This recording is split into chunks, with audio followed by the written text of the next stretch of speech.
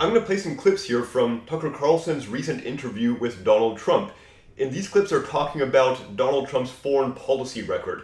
I'm going to play the clips and make some comments. Let's see how this goes.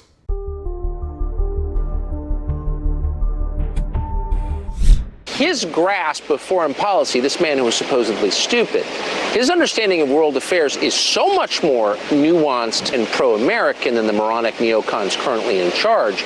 It was remarkable. Wow, Trump versus the neoconservatives. Okay, well, I wonder what they're going to bring up about this to try to make this point that Trump is a wiser leader and his policies are better than the so-called neoconservatives. And some of the stories he told us from his time as president were amazing. Trump and Chairman Xi having chocolate cake at Mar-a-Lago. That's the setup. Here's the payoff. Okay, well, let's see what this story is and what it tells us about Donald Trump's record and about how he views the world and also how Tucker Carlson views the world. He's a very influential media pundit who likes to paint himself as anti-war, anti-interventionist. I told China, if you buy any oil from Iran, President Xi, very good conversations. I liked him a lot. I told him we shot 57 missiles into Syria while he was having chocolate cake. It's the only time he said, repeat. That was the only word I've ever heard him say in English, meaning he speaks English, okay? You know, he speaks English? So why would Donald Trump be trying to tell Xi Jinping to not buy oil from Iran? Well, of course, what's going on at this time is that the United States, under Donald Trump, unilaterally pulled out of the so-called Iran deal, this multilateral treaty by which Iran gave up its nuclear program in exchange for sanction relief, an agreement which really lent itself to increasing peace and stability in the world, which Donald Trump pulled out of and instead adopted a much more hawkish stance toward Iran.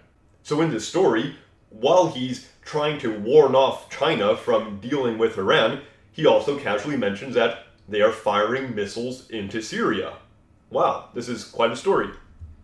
Dessert now, beautiful chocolate cake at Mar-a-Lago. He had his people. I had mine. He was telling me stories about China, the history of China. It's very amazing. It's got an amazing 5,000 years, amazing history. And President Obama didn't go over the red line, and because of that, Russia took over Syria, and there's a whole big thing, right?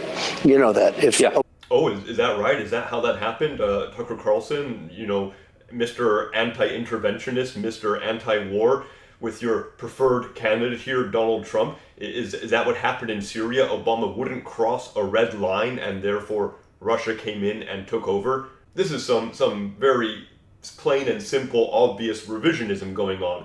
Russia did not come in and take over Syria. Russia had military bases in Syria by treaty with the government for many, many decades. And several years into the Syrian civil war, Russia agreed to help the Syrian government to reestablish control over the country. And they used a mixture of military action and diplomacy, in many cases forcing both sides to come together and come to local deals in cities and towns all across the country. And over the next several years, the Syrian government, with Russian support, defeated or came to terms with the various rebel and jihadist groups across the country. Now, of course, during that time, the United States, led by Donald Trump, began directly attacking the Syrian government and military, something which had not been happening during the Obama administration. The Obama administration had worked towards cooperation with Russia over Syria, and they worked toward cooperation with Iran. Remember, this was during the time of the whole ISIS war going on as a part of this larger conflict in Syria and Iraq. Numerous jihadist factions, the most powerful of which for a time was ISIS, fighting against the governments of Iraq and Syria. And Iraq and Syria being supported by Iran, United States, and Russia. Although the United States was also supporting some rebel groups in Syria. So it was a complicated situation, but during the final years of the Obama administration, the United States was working with Russia and Iran to de-escalate tensions in the Middle East and bring about a resolution. When the Trump administration came in, so much of that cooperation went out the window. The United States pulls out of the Iran deal and began directly attacking the Syrian government over allegations of weapons of mass destruction. So how is Donald Trump a wiser, non-neocon type leader? I don't know. If Obama would have done what he said he was going to do, because they were killing children. They were killing children with gas bombs by the hundreds, by the thousands in Syria. And he said, if that happens again, and it happened a number of times, and he still never went over the line. But I did. What a mad, crazy thing to say. The Syrian government was killing children by the hundreds and thousands with gas bombs. I mean, that's not even the most serious accusations said that about what the Syrian government was guilty of.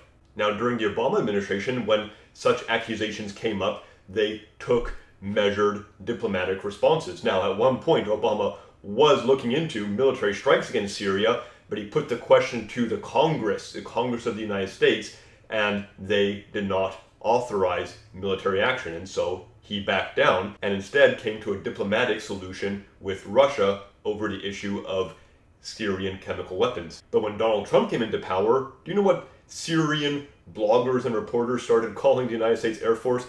They started referring to it as Al-Qaeda's Air Force, because whenever there was a situation on the battlefield where the Syrian government was gaining the upper hand over these jihadist groups that they were fighting, there would be a supposed chemical weapons attack, and on a number of occasions the United States responded with military action against the Syrian government.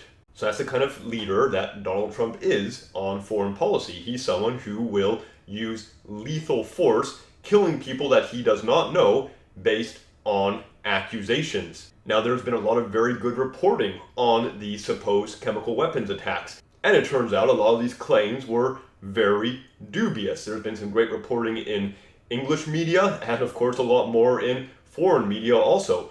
Most of the world does not agree with the stance the United States took on Syria, on Iran, on all these different foreign policy issues where Donald Trump took an aggressive, hostile stance.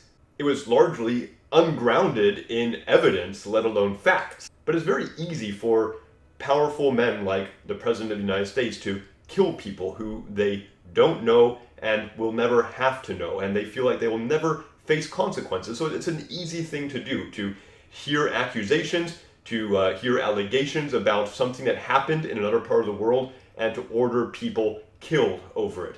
That's what Donald Trump did, and that's what Tucker Carlson is trying to hold up here as exemplary. So I shot 57 missiles, almost every one of them hit, into a military area, which had a lot of planes, wiped out a lot of planes. Also had Russian soldiers, by the way. You know, they say I was so nice to Russia, right? I killed the pipeline. I sadly killed a lot of Russian soldiers, that 500 group, because they were doing things that they weren't supposed to. Well, he's kind of mixing up stories here, but yes, Donald Trump was very aggressive toward the Syrian government and toward Russia. Remember, he lifted the arms embargo on Ukraine under political pressure. He was very aggressive towards Iran, very aggressive towards Venezuela. Donald Trump's foreign policy has been praised for at least not starting any wars. Yet, he committed acts of war on numerous occasions, assassinations, airstrikes that didn't result in war only because there was no retaliation from the other side, showing the value and importance of having an attitude of non-retaliation.